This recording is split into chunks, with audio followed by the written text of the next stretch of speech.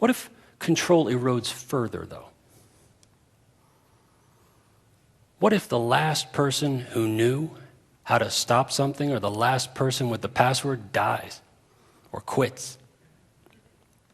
I think we could easily picture a bot-controlled corporation, because corporations are already termed unnatural persons in the eyes of the law.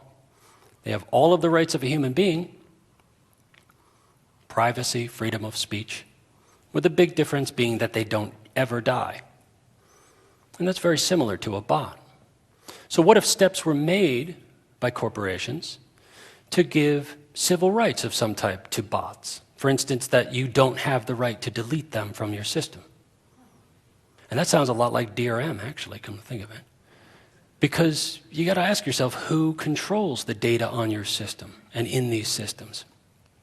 That's a perfect example of humans ceding some of their rights to bots.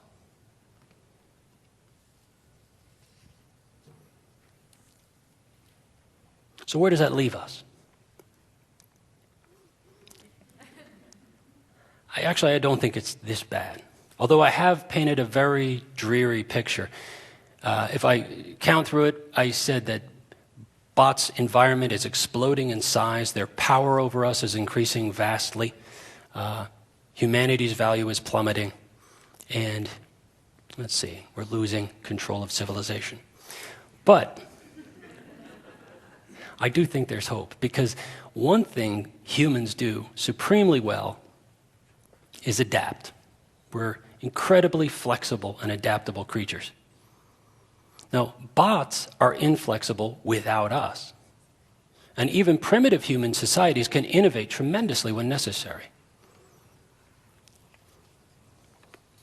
And in nature, flexibility typically wins. So if we were to start over, what would we do differently? Well, this is the long now foundation, so let's think big. What if we built a new internet, just for starters?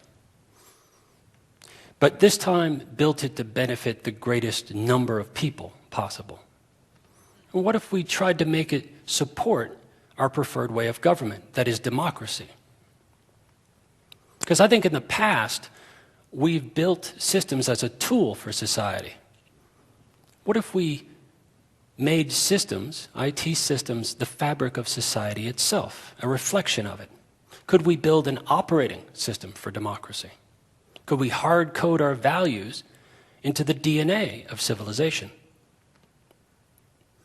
I think we might be able to. And I think a way that we could start this time would be by building an encrypted network, a dark net, to begin with, that is not open automatically to all comers. And I think we'd have at least a couple of qualifications for entry into this encrypted network. One would be that you are verifiably human. And not to be too exclusive, I think we could let some bots in because they are useful when they behave. But of course, we would have to know the source code of these bots. So any bots that we would let into this proposed system would have to be whitelisted. That is, a critical mass of humans would need to review the code and agree that they are benign. And of course, any misbehaving bot must be able to be banished by collective human action. That is, a critical mass of humans voting them out. And this would have to be baked into this network from the very start. And I think we would also have to have a secure cryptographic hash algorithm to make sure that the source code of these bots doesn't change. And once again, if it does, bots are automatically expunged. But that still leaves the question of how to differentiate bots from humans, which is what started this, after all. Because they are a potentially aggressive organism. And I think the answer to that is literally all around us. I think it's three-dimensional space. Because if we project this new network on top of reality, it's very difficult for a bot to pretend to be us. This has been called augmented reality, and it's been kicked around for a few years. But I think self-defense against bots, us developing a new sensory perception, is an an ideal reason, a driving reason to implement such a system. Because that's what we need to do, is develop new senses. Now, in my book, Demon, such a system is implemented. It's called D-Space in that. And by projecting data onto three-dimensional space and seeing bots and other organisms coming at you when they want to change your data, that really simulates what's happening. Because anytime your data changes, it is potentially a threat to you. But the human mind is wired to see it graphically. And if we created an internet much like this, we might better be able to defend ourselves against these things. Now, we would need heads-up glasses or a haptic display, but we wouldn't need to wear them all the time. I think we could get a buzz on our smartphone that tells us something's changed, and we could put on our spectacles and look into the next dimension. I think we could do that. But the key is that in this type of network, you would be in control of your data. Anytime it changed, you would know it. Because in the modern world already, you are your data. If your data goes bad, you're in a heap of trouble. So this really is self-defense. And I think this darknet would operate in parallel to the existing internet. And I think people would opt into it to get control of their data, if nothing else. And especially, I think they would be willing to join a network where human action, collective action, could banish bots. And I think this is already familiar to us, because we're already doing this in games, carrying callouts over our head, projecting data onto three-dimensional space. When I said that games, online games, are a larval stage of something more serious in our social relationships and in our relationship with bots, this is what I meant.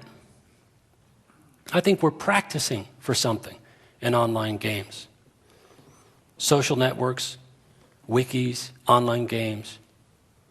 We're exploring new realities. We're already working on this. As a matter of fact, we already have the coordinate system worked out. It's called GPS. So we've built big pieces of the infrastructure of this type of network. But how would a new network like this, a dark net, work person to person? I think it would look very much like an online game. Walking with a call out to those on the network, carrying your name, your reputation, your experience, your skills, so that people can recognize each other. Now, people who are privacy advocates might look at this and say, oh my God, this is a nightmare. But I would point out that your data is probably being sold to somebody just this moment. And at least in this new network, you would know anytime someone touched your data. You would know it instantly. You would receive your ratings in such a system by your past interactions with other network members. As you dealt with them, they would rate you, and you would rate them. And you would classify their skills, and this would start to develop an open source database on what this civilization can do collectively. It would keep its collective records as part of the system. And it's good to have reputation in context, especially if you're trying to buy a car or something like this. I like the undercoding. I wonder if it would encourage like-minded people to hang out together, to get better ratings. And I'm not sure that that's bad. I haven't decided yet, but it might make for some interesting changes in society. But what about bots pretending to be human? Because of course that's one of the reasons we've designed this. It would be very difficult for a bot to masquerade as human in such a system. Because remember, illicit bots that do not have their code approved by a critical mass of people, would be banished instantly, which would leave bots masquerading as humans as the only way to get around. But of course, a call-out hovering over nothing is a dead giveaway, and hiring people to hold your bot for you doesn't scale very well. It's very expensive. So this has a sort of built-in natural protection against that. And I do think that this type of social arrangement has even greater implications, actually. Because bots, although they are a threat, we've dealt with threatening organisms before. We've developed symbiotic relationships with threatening organisms before. And the very disinterestedness of bots in us is their great usefulness. Because impartiality is a cornerstone of blind justice, and blind justice is a cornerstone of democracy. So one could picture that open source bots, that is, bots that have their source code reviewed by everybody and available to all, could be supremely useful and impartial about human affairs.